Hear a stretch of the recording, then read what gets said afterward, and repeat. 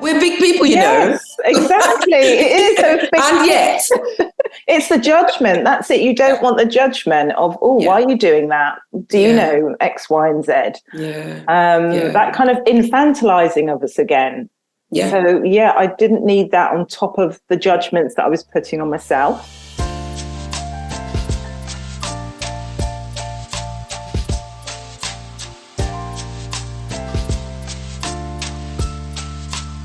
Hello, welcome to season 5 of Menopause Whilst Black, the podcast. This is the podcast that's dedicated, committed to sharing the stories of Black people in any stage of menopause. And I'm delighted to be here visually and also entering season 5. It's been a long time. Thank you for your patience. Thank you to those who have messaged me when they heard the trailer. I'm really excited to get into this new season and especially this new episode 1. So I am Karen Arthur. Those of you who don't know and are new here, where have you been? My name is Karen Arthur. I am I'm a broadcaster. I am the host of this and founder of this podcast, Menopause Whilst Black. I'm also a fashion creative. I host a radio show, a new radio show that started a couple of weeks ago on Gold Dust Radio called Can We Talk? What else? I'm a 61-year-old mother and grandmother. And I have relocated from the capital, London, to the East Sussex coast. I'm living by the sea and I am absolutely loving it.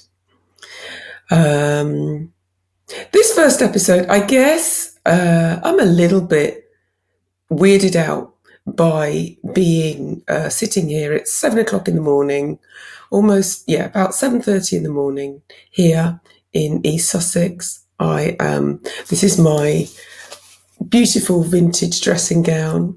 I haven't put any lippy on. I've zhuzhed up my hair a bit and taken off my sleep cap. And I've got my lemon and ginger tea, which I normally drink first thing in the morning, and I've got some water as well, just in case I have a coughing fit. So normally you wouldn't see me, so I could be wearing anything, I could be doing anything, I could be sitting anywhere. But we decided that we wanted Menopause Whilst Black to reach a wider audience, and also I think it's time. I'm quite a visual person. I'm nervous because this is new, that's all. I'll get used to it. So let's get into it. This first episode is with a guest that I've wanted to interview for a while, but the stars didn't align, and I'm so thrilled that she joined me. I'm excited for you to listen to season 5, episode 1. I won't say much more, but as you know, as most of you know, I will be back after you've listened to say a little bit more on my thoughts on this wonderful human. So if you've made yourself a cuppa, or if you have yourself a little drink, or you're walking out on the beach, in a forest, or you're sitting at work, or on the tube, wherever you are, if you're travelling or if you're static, wherever you are, enjoy. I'll see you on the other side. Bye. Today's guest, I have Angela Benjamin. Angie is a chartered sports physiotherapist of 30 years plus. She's also a designer maker of unconventionally beautiful, ethical architectural jewellery, working in recycled silver, solid gold, and responsibly sourced gemstones. Angie, welcome. Welcome. And the first thing I want to say is it's Ange. Well, do you know what? And I know you as Ange, but I was reading Angela. So Yeah, I was reading that in your caption. So that's what's come up. That's why I said that. But I know you was Ange, and I thought that as well. Oh, that's a good start, isn't it? No, it's so funny because I haven't been having this thing recently about, do I change my business name or not? Because immediately when people look at it, they will say Angie. And I'm thinking, that's not how you spell Angie. Is it that I'm not spelling it right? And anyway, that's a whole different conversation, but I thought I'd just get that out there. But my mum still calls me Angie, which is really confusing. So, yeah. Wow. Well, there you go. You see, so many different names. But you're Ange to me, definitely. Yes. So, first of all, thank you for joining me.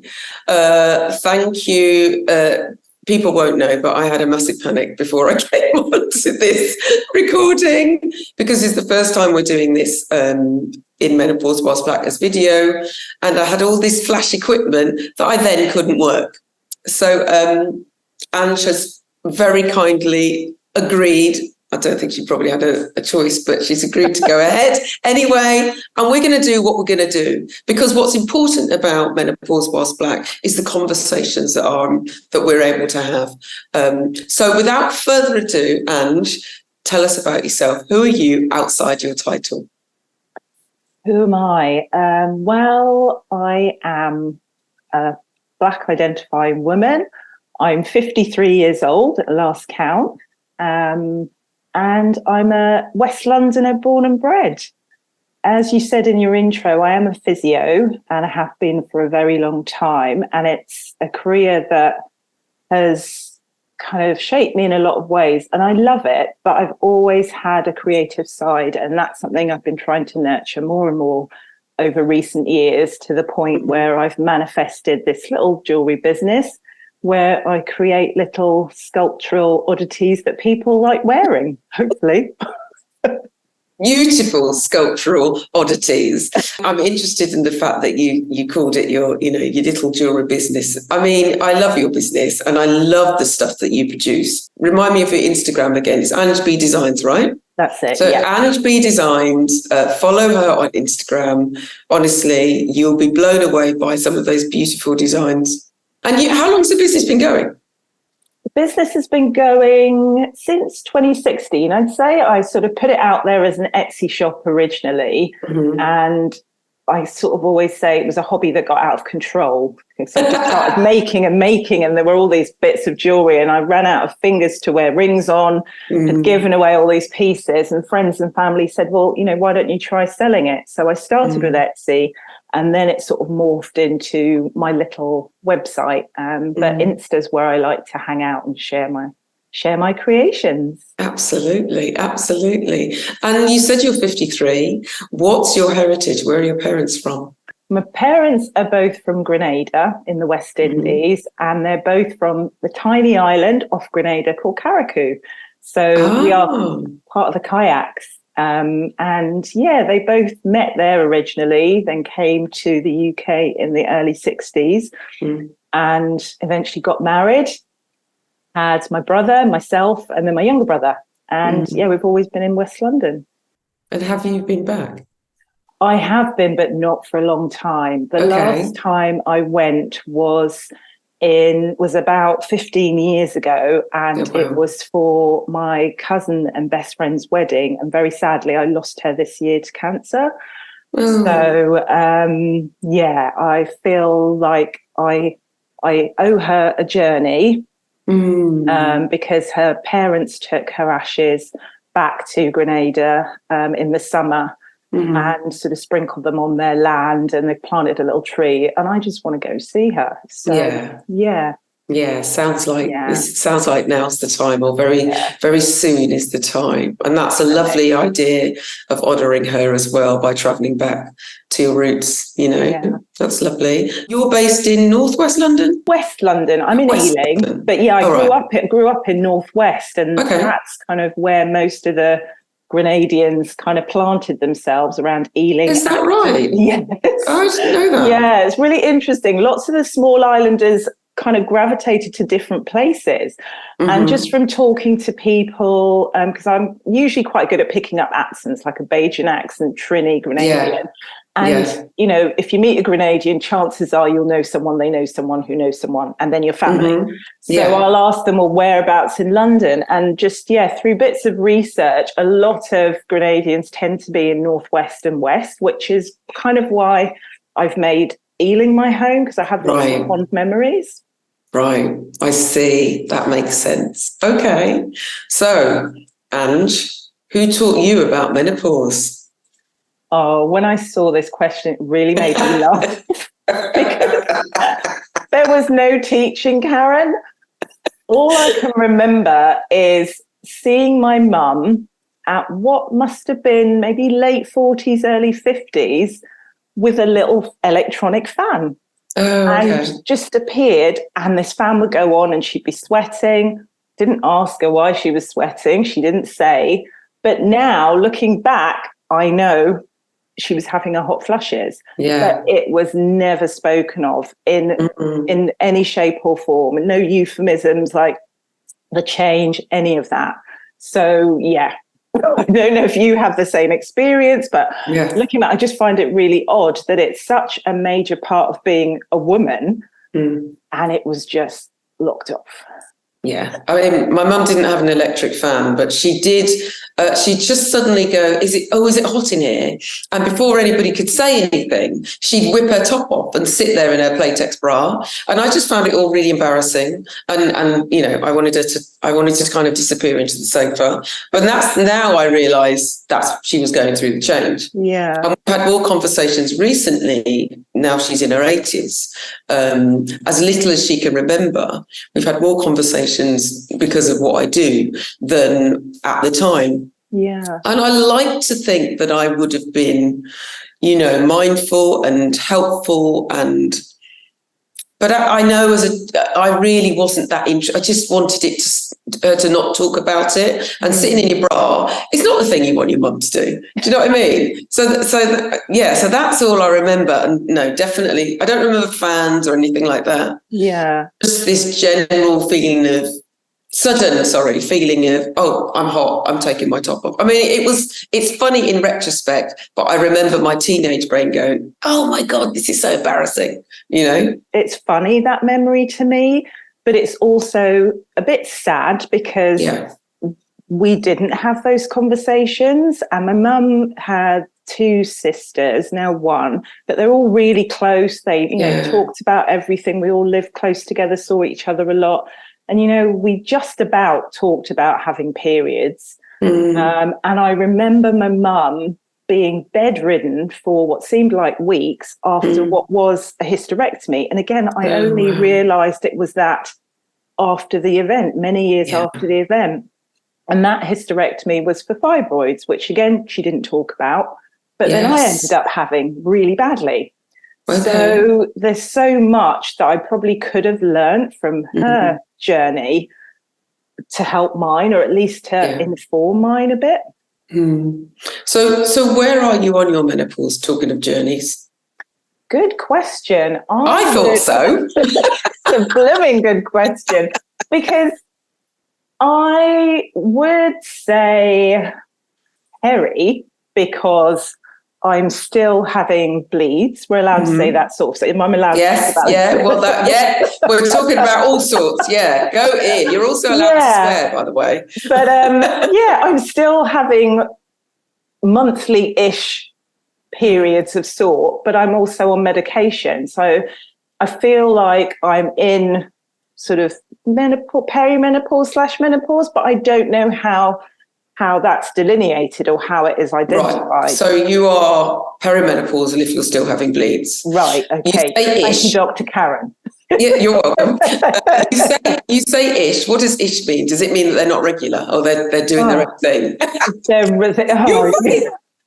You could see the exhaustion. The past, I'd say 3 years have been a roller coaster of my uterus and its little adventure. I mean, I think my sort of entered perimenopause just before lockdown, and in lockdown it hit heavily, to the point where I was having felt like 24/7 hot flushes. The night sweats were keeping me awake, like nobody's business, and just generally felt not myself. But being in lockdown, it wasn't easy to access anything. So went to Dr. Google and decided that, you know, my physio brain was telling me I need to do this as functionally and as naturally as possible. So I thought, oh, I'm tough, I can manage this. I'm just going to diet my way through it, or eat healthily through it, not necessarily diet, but try and do it as naturally as possible. And that didn't work. And for one reason or another, I went through lockdown on my own, which was probably a good thing, because when I talked to my partner about it now, he says, well, you didn't have any mood swings. I was thinking it's probably because you weren't here, mate. And but I feel that my physical symptoms were more than the mental ones. So when I reached the point that, you know, doing it the dietary way wasn't working, and, you know, it felt like I had almost 2 years of no sleep, I eventually went to my GP, who was really great, really receptive, and they said, do you want to try some medication? And by then I was desperate. I was like, yeah, give me all the drugs. So yeah, that's that's how it started. Give me all the drugs, please. Thank you. Oh my goodness me. Yeah. So I started with the patches originally, which for me, it was just, you know, revolutionary. It was just being able to slap this thing on, get on with my day, and then remembering to, you know, change them whenever. But within about 6 months of that, I started having what I could only describe as my teenage and sort of late teenage, early 20s, really heavy periods and flooding to the point where it was horrifying just leaving the house. Oh, Ange! No! Oh, that's interesting. Yeah, so it was... And I went to the doctor, and again, they were great. And they said, look, this isn't normal. And it was funny. I just assumed that, oh, it's all part and parcel of the journey. And I'm very good at just coping with things and getting on with things. And it was only after chatting with a friend who's quite a lot younger, and she was just getting over breast cancer, and she was being quite open about her treatment. I was chatting to her, and I mentioned this, and she said, Ange, that doesn't sound normal. And it was her that prompted me to go to the doctor, and the doctor said, no, that's not normal. So long story short, they sent me for various tests, had a hysteroscopy, all these things, and they found out that the patches were actually making things worse. They were aggravating my fibroids. Oh, my goodness. So did you have, I have so many questions. Did you know you had fibroids before that? Yes, because I had my fibroids kicked in my mid to late 20s and got really bad in my mid 30s, to the point where I had to have a myomectomy. So they said, hysterectomy, myomectomy, what do you want? Right. So at the time I was in a relationship and thought, okay, I still want to have the opportunity of having kids. So let me go for the myomectomy, which I had. And they said that, you know, they removed one that was the size of a grapefruit, which accounted for all of the pains that I've been getting, the sort of flooding, all of those symptoms. And after a reasonable amount of recovery, I got over that and got through it. So going back and then having all those symptoms again with the patches just threw up all these issues, and a lot of really kind of scary memories as well. Yeah, it must have been triggering. Yeah, it was really intense. And so once they told me, look, it is the fibroids, it's nothing cancerous, because they were worried that, you know, it might have been a tumour. They said, well, you know, there are other options of HRT that you can try. So I've now, touch wood, I'm on the combination of the gel and tablets. Okay. And it's been about 18 months. Okay, Probably not that long, actually, maybe only about a year. And that so far has been okay, but I'm still having these, what they call breakthrough periods. Yeah. But they can still be a little bit of a surprise, and sometimes heavier than I would like. So I still feel like I'm not quite on an even keel.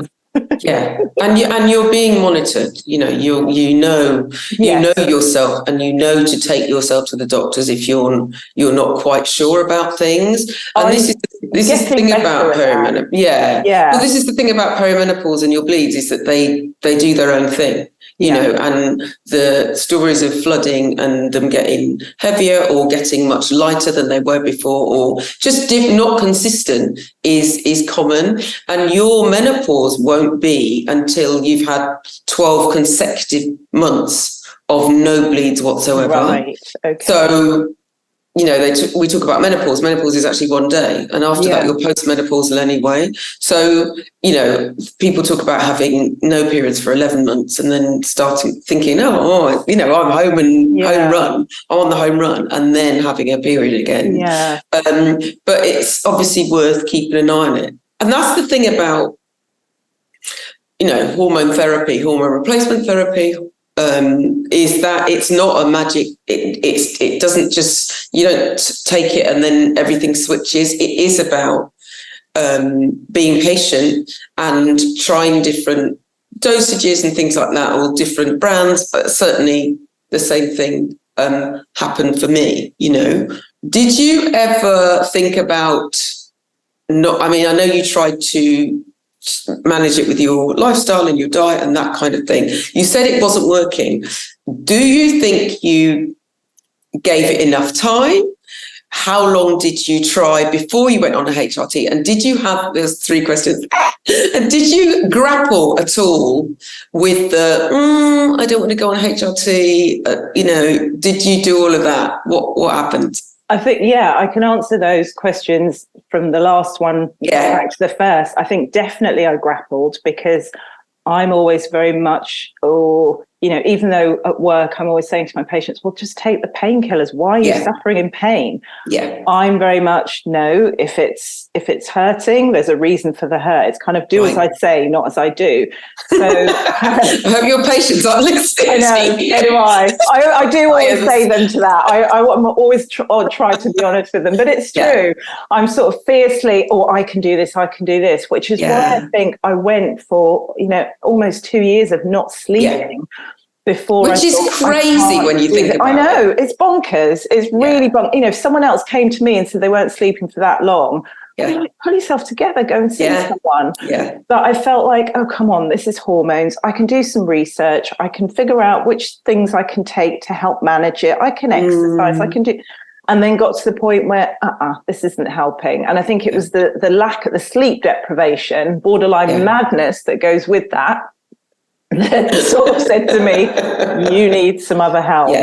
But also around that was a bit of, I don't know, it sounds really weird saying it, but because my mum didn't talk about it, and I know she certainly didn't have any medication for it, a bit of shame and defeatism that I'd given into the medication. I feel like... Expand. Well, again... You know, I'm always being told that I need to reach out and talk to people more and seek more help. But deep down in me, I feel like I can do it myself. And I felt like because I hadn't, and I'd sought help from the doctors and, you know, sought medication, I had failed in that respect. And that I had to sit with for a while, and again tell myself to pull myself together. You know, at least now I can function, I can go out, I can sleep. There was sort of lots of conflicting things going in my head around taking it. But in hindsight, I wish that I'd had the opportunity to have more conversations, like this. I feel now I am much more vocal about talking, particularly with my patients as well. It's really influenced how I conduct myself with my female patients at work, if they're around a certain age or experiencing various symptoms.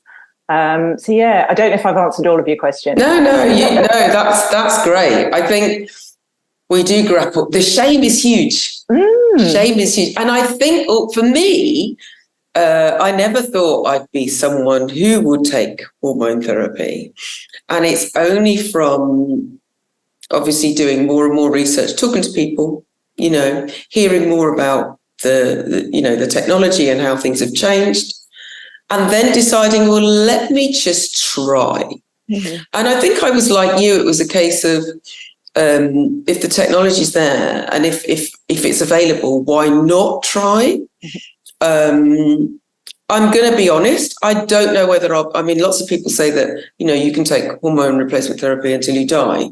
I don't know whether that's something I want to do. The research around certainly Black women in the global north and how long our menopause lasts is that it does last longer.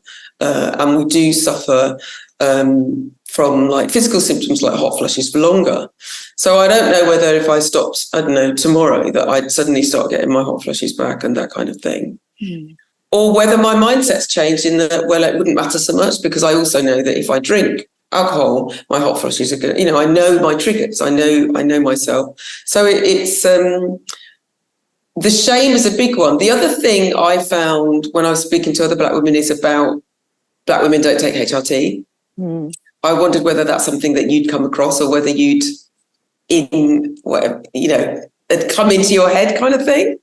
I don't think maybe to the wider Black community, but certainly I have not told my mum, and I can't imagine ever telling her.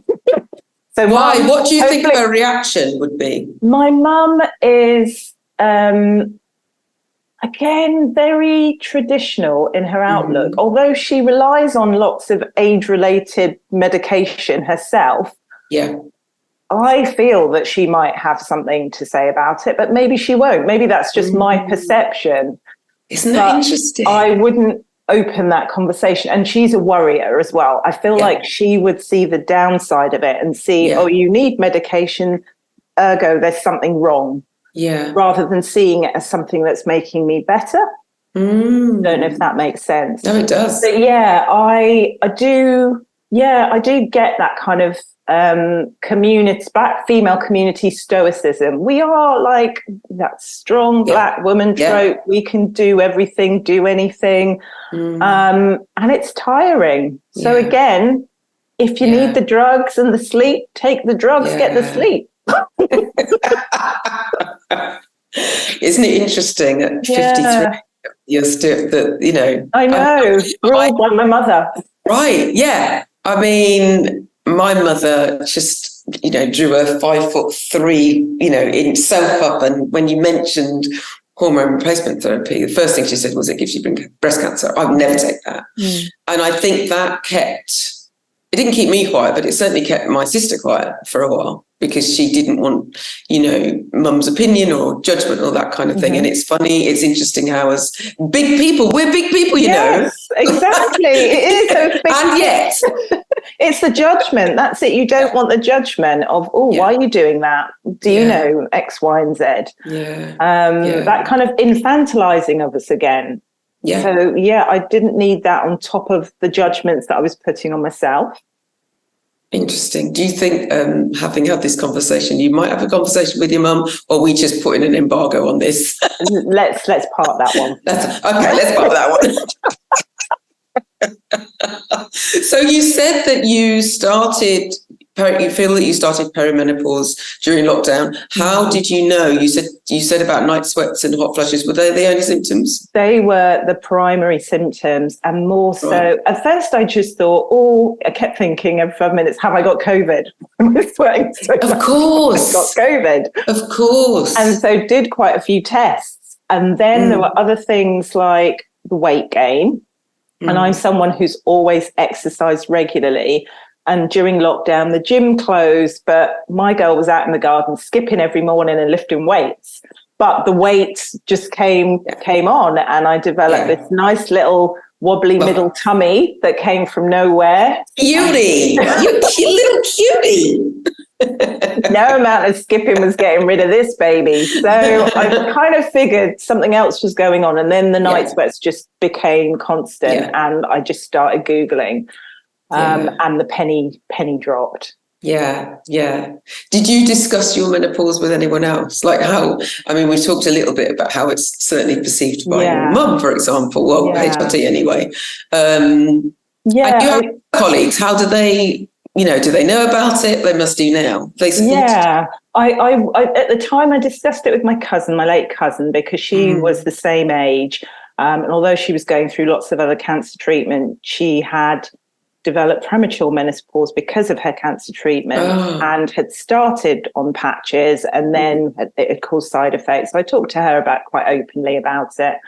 And I also talked to a couple of other friends. And that's the great thing. Now, I feel that there are a few people I can talk to quite readily. It might even be the stranger at the bus stop who's looking a bit hot as well.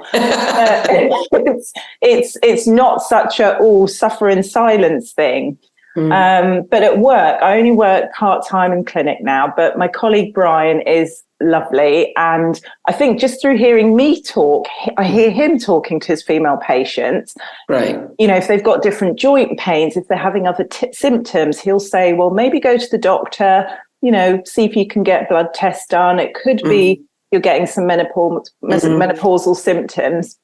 And I always joke with him about my meno brain. Every week I forget what day I'm meant to be in clinic, and I'll text him like, right, it's meno brain day. What day is it? I love that.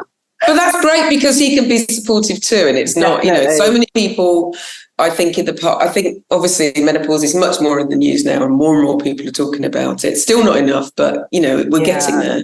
And I think that certainly when I was teaching and I'd forget things, there was no way I was telling anybody that. There was no way I'd make a joke about it, you know, and there will be so many other people who are experiencing menopause and may listen to this and think, you know what, it would be good to speak up, because once people know, they are much more supportive than you think they are or you think they might be. I think it's our shame that keeps us quiet, you know. I think that's definitely true. And even my partner, I always say that he's a gay woman in a man's body. He is just an emotional, like, whatever, you know, he's just so in tune with himself, and he's what he talks about it. I can listen to that. You know, he's got daughters and he's telling them now about what to expect.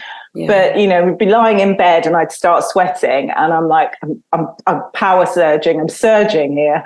And he'd just find it really funny. It's like, okay, I won't touch you. So it just became this joke, you know, she's powering up for the day. But I'm making light of it, because even though it can be really tiring and weighty, embarrassing if you're stood next to someone and suddenly dripping in sweat, you know, making light of it as well normalizes it. Yeah. For me anyway. And I think if you can make light of it and you can laugh at yourself, it does make some things easier, you know, and it means that people can laugh about it. And that's how people learn as well, because often people learn through humor as well, you know. So that's great. And I love that your partner is so intuitive. That's brilliant, because so many people are in relationships where that's not the case. And not only is their partner not understanding, there's someone that they don't want to talk to about it. And that's such a shame. Yeah, I mean, my advice for, you know, men listening, certainly, or people who aren't necessarily going to experience menopause physically themselves but are supporting other people, is to just listen and to, you know, keep the avenues of communication open, because that, you know, that's so important. It's hard to talk about your bits and your, you know, the bits that traditionally have been embarrassing. So what have been your most interesting or fascinating or worrying symptoms? You can choose any of those words. Oh, anything unusual? I mean, if there isn't, that's fine. Yeah, I mean, I even though they were a nightmare, it was just the hot flushes. I just found them such a bizarre sensation, and I'm sure everyone feels them differently. But for me, it would just feel like this heat that starts coming up from your chest, and then it suddenly goes to your forehead, and then there's just this torrent of moisture all over your body, and then you feel a bit chilled. And sometimes I think, if only I could just sort of mentally just think about a switch that I could flip and it would just stop it. And yeah, it was just the instantaneous nature of it.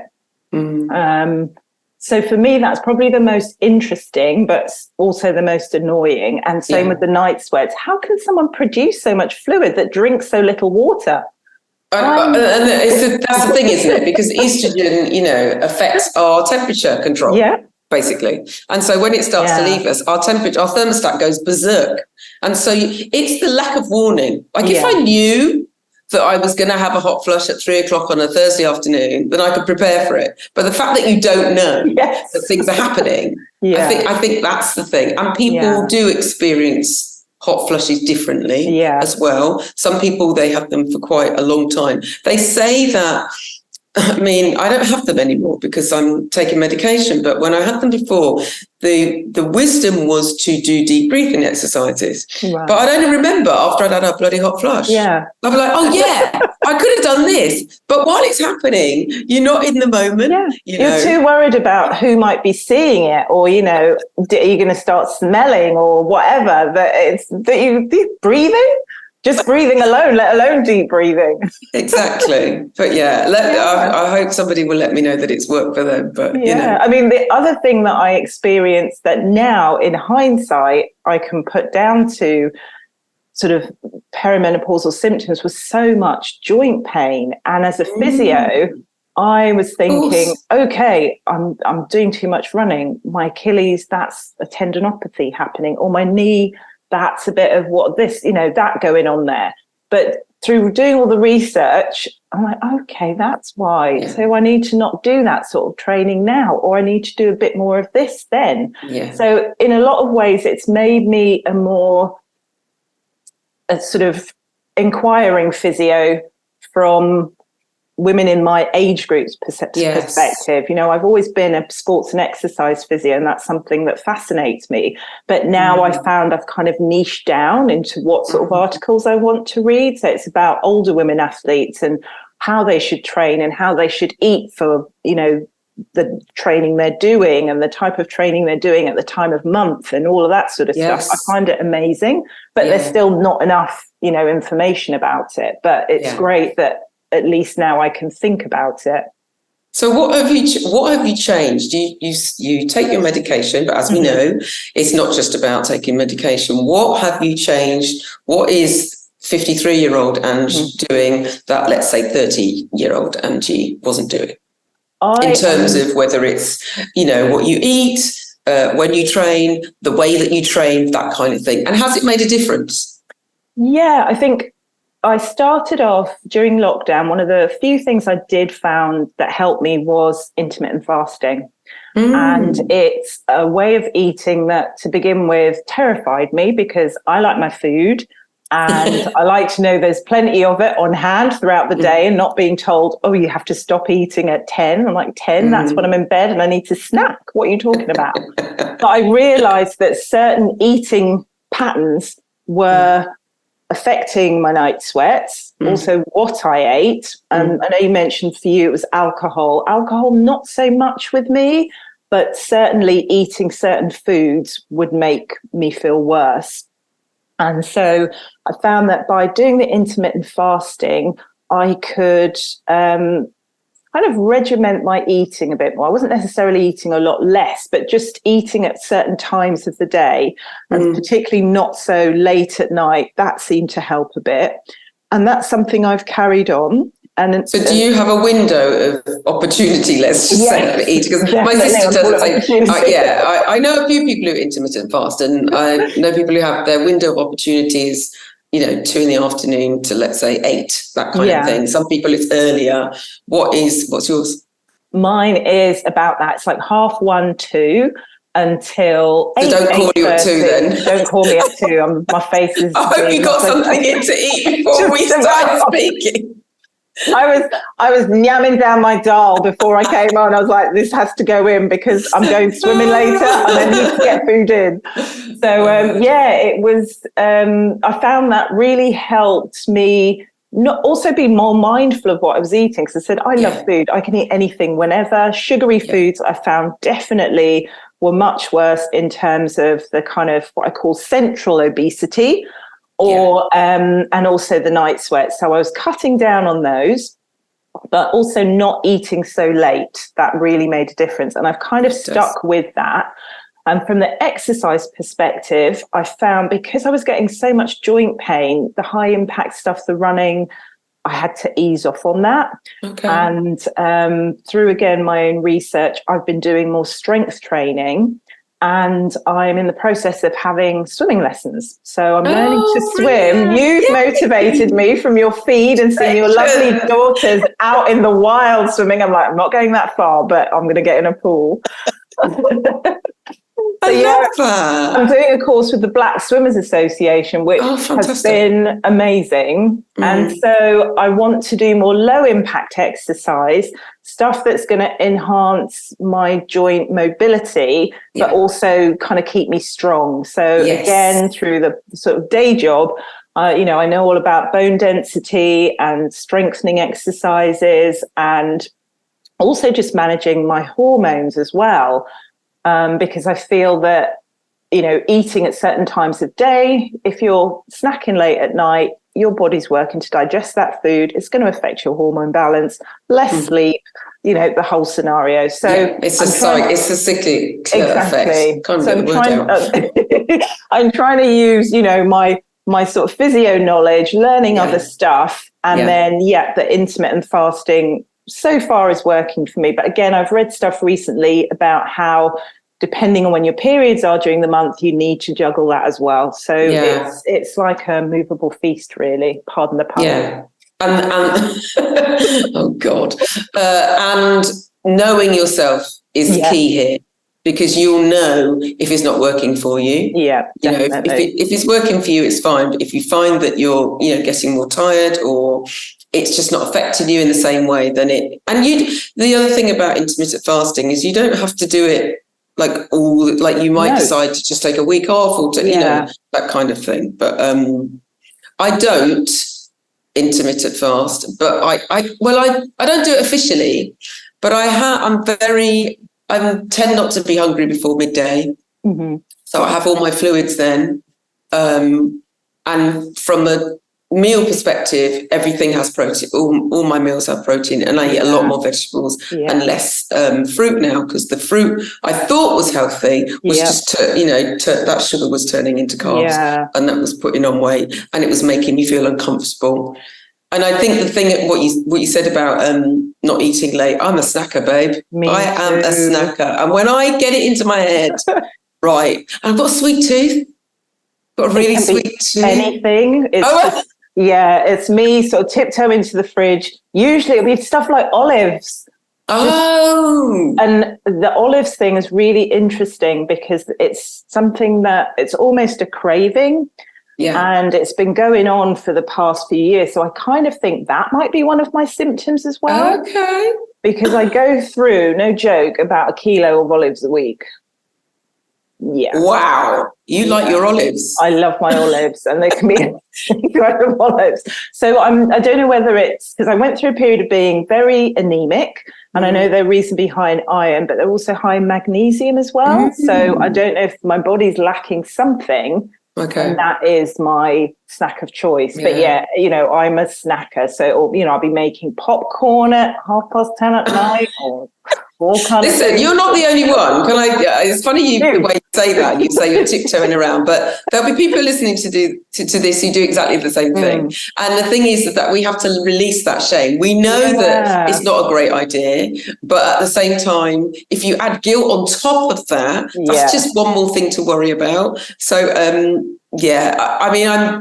trying to not eat after 8 p.m. It doesn't always work, but when I do, I feel so much better when I get up in the morning. And for me, it does mean I can go for a run. It does mean I can teach my class, or do some yoga or whatever. And I find it easier to get out of bed. But as I said before, it's about knowing your body and knowing yourself. Do you take any supplements? I do. I take I've started taking some Well Women type supplements. Again, I did lots of research, because I found that my libido, can we talk about this? Yes, we definitely can. My libido took a nosedive, which I wasn't happy about. Yes. And so I've been trying to deal with that more through dietary changes. Yeah. And then looking at different supplements as well. I do take cod liver oil because I thought I'm going old school for these joints. And nothing else seems to be working. It's just... You can't go wrong with cod liver oil. You can't go wrong. What's the worst that it can do to you? So I'm taking those. And what else do I take? That's it, really. Yeah. And these supplements have got lots of natural things in, like ashwagandha and turmeric and stuff like that. So lots of anti-inflammatory type things. And do you feel that they work for you, or have you not been taking them long enough to know? I am starting to feel a bit better, actually. Good. Yeah, a bit more. And then that's it. Yeah, exactly. But I think, again, it's a combination of things. Yeah. Because people will have opinions about supplements, about, the bulking agents they put in them and stuff like that, and how much you spend on them and things like that. But the fact of the matter is, if you take a supplement and it works for you, then, well, that's fine. Yeah. Do you know what I mean? Yeah. So, okay. Do you have a routine in the morning? And if so, would you care to share it? Because you do different things on different days. Yeah. When you remember.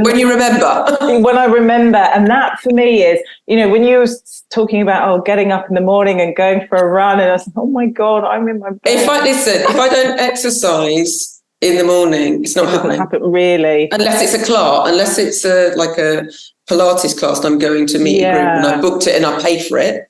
If I don't exercise in the morning, it's just not going to happen. And I make no bones about that. Yeah. Again, no pun intended. It's just coming thick and fast today. It's because I don't know whether it's the throwback from not having any sleep. And in lockdown, not being able to work in the traditional way. I didn't have to get up and go to work. So I'd have a lie-in, but I'm not a morning person. There's only one day a week where I have to be in clinic at 8:00, and that's 8 a.m. And I always apologize to my first patient saying, look, I don't get a pulse till about 10. So don't expect any cute conversation. You'll get your treatment. That's about it. You'll do your job. I'll do my job, but I'm not like chatty. And I'll look cute.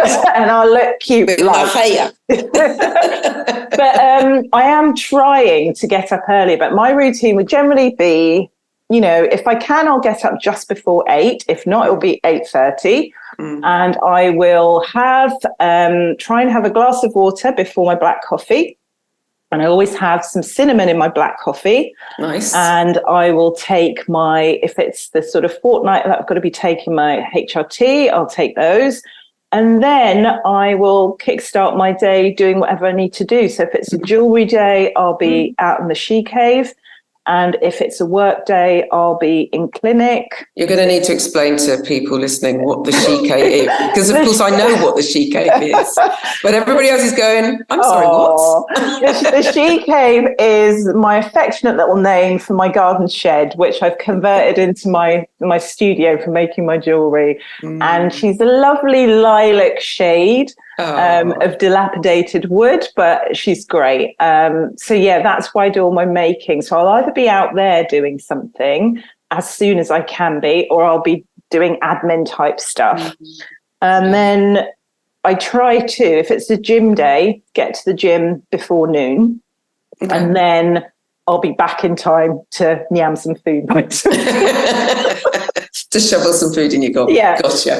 So for your window of opportunity. Exactly. My day is in my head always punctuated by meals, even though I'm trying to eat in a sensible way, because food for me is joy. So absolutely. I try and plan ahead what I'm going to be eating. I don't have a massive amount of routine, not as much as some people, but I do wish I could get up earlier because I feel like you make more of the day if you can. But do you go to bed late?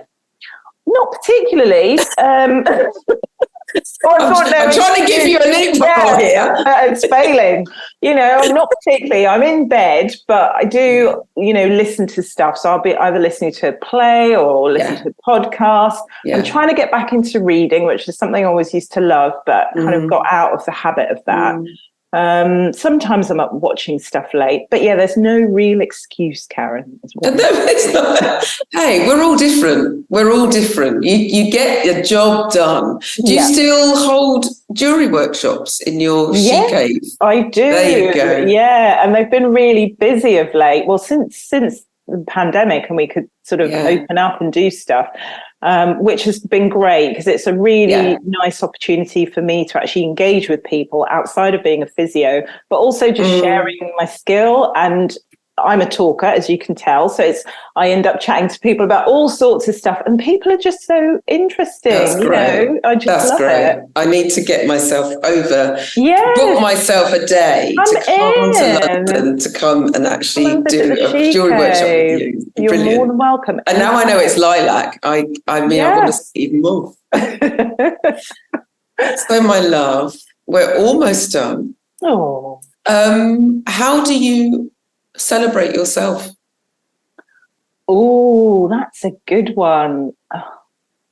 I would say food. I might buy myself a little treat or make myself something nice to eat. I love listening to music whilst I work in the she cave. We have music on in the clinic as well, but it's not good, Brian. Isn't it? So I'm Brian, change your playlist, Brian, this is for you. Change the station. The playlist needs the station needs changing. What's it on? Oh, Capital. And I'm like, we're not of that age. Come on.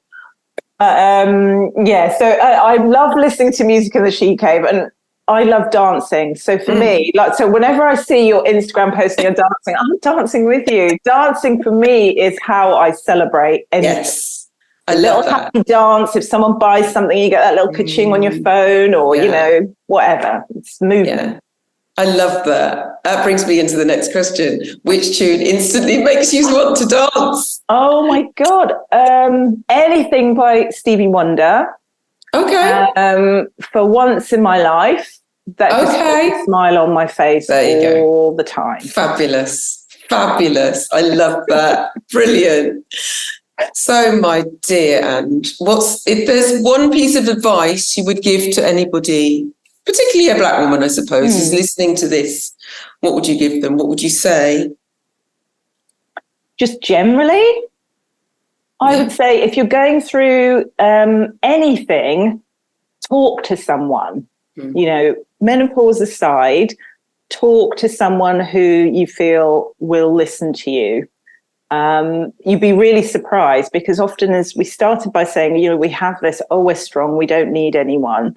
But everyone has the capacity to be a good listener if you give them the opportunity. But I think there are always people in your life who will listen to you, but there's often that, casual friend who can make the best listener. So I think talking to people, whatever's going on in your life, opens loads of doors and loads of possibilities. Fantastic. Thank you. Thank you, Ange. You're welcome. Thank you for having me. This has been so nice. I've loved speaking to you. Thank you. Oh. So we can find you on Instagram. Where do you hang out? At AngeB Designs. That's my Instagram. And I've also got my website, which is www.angebdesigns.com, where you can see more of my work or book a workshop if you want to come and make some sparkly things with me. Yes, sparkly things. These need to be made. Thank you very much, Ange. I really appreciate you. Oh, thank you for having me. It's been lovely. Oh,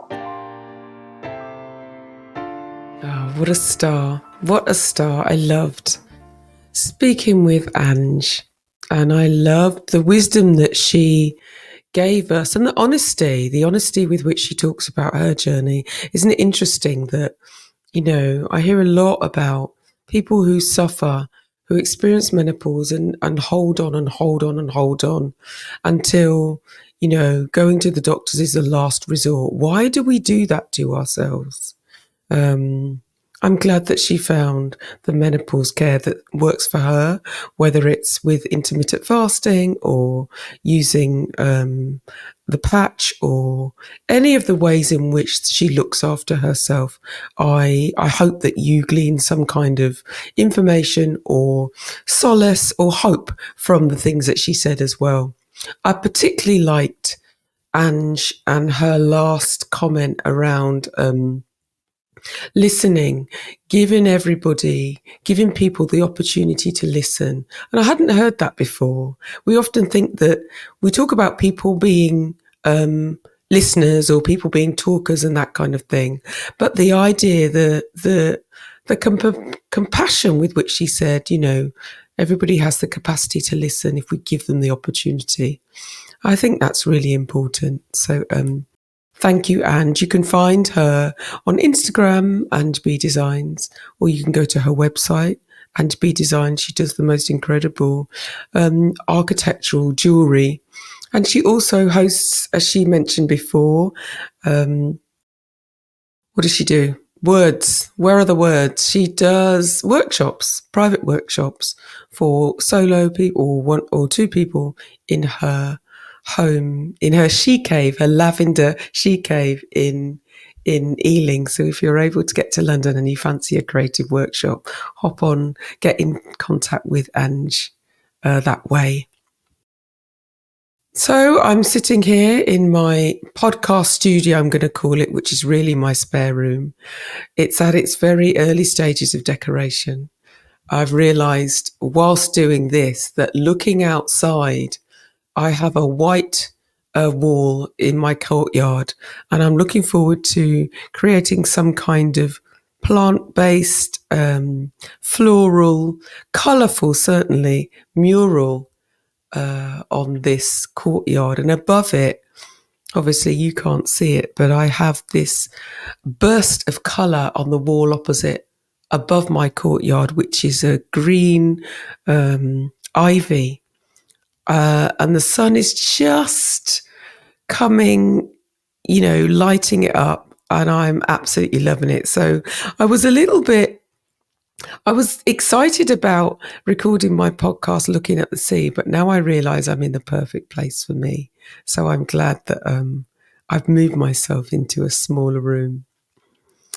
I want to talk to you about the Joy Retreat Barbados. This is my baby. This year in May, 10 black women and I met in Barbados on the East Coast and had the most glorious week together. And the thing is, I've been battling back and forth around the Joy Retreat in terms of I've read things about you don't need to leave your home to rest. You don't need to, chuck a lot of money at rest. Resting is a mindset, and I 100% agree. I would also say that taking yourself away from your norm and choosing yourself sends a message to God, to the universe, to whatever you believe in, that you want some kind of change. And certainly the Joy Retreat has been that for the women who joined us, and also to the many people I'm talking to about this wonderful experience. So the Joy Retreat Barbados, we went in May. I want to read you just one of the many 5-star reviews that this received. And I just want to share this with you because I think these things are so important, and it's one of the main reasons that I created a space just for us.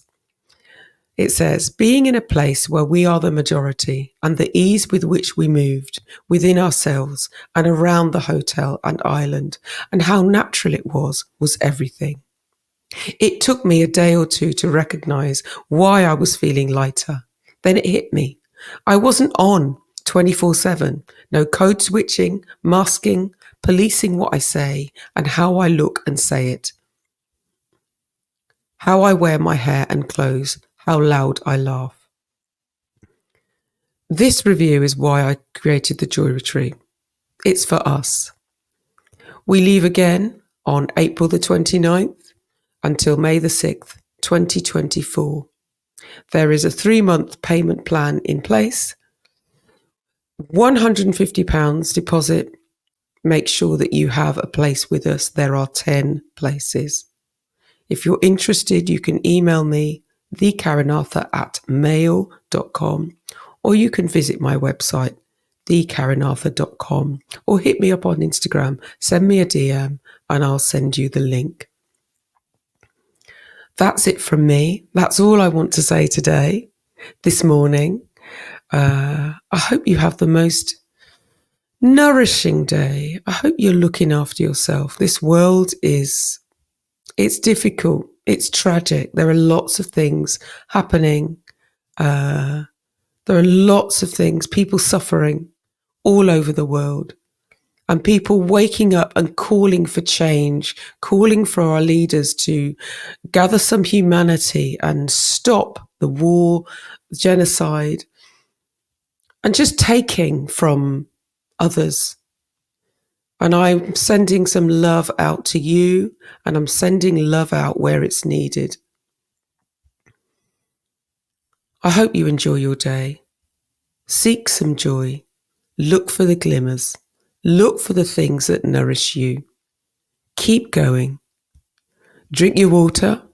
Wear your SPF. Look after yourselves. Where you're happy. And I will see you another time. If you loved this episode, or you love what you're listening to, or you love Menopause Whilst Black in general, you can follow me now on YouTube, The Karen Arthur.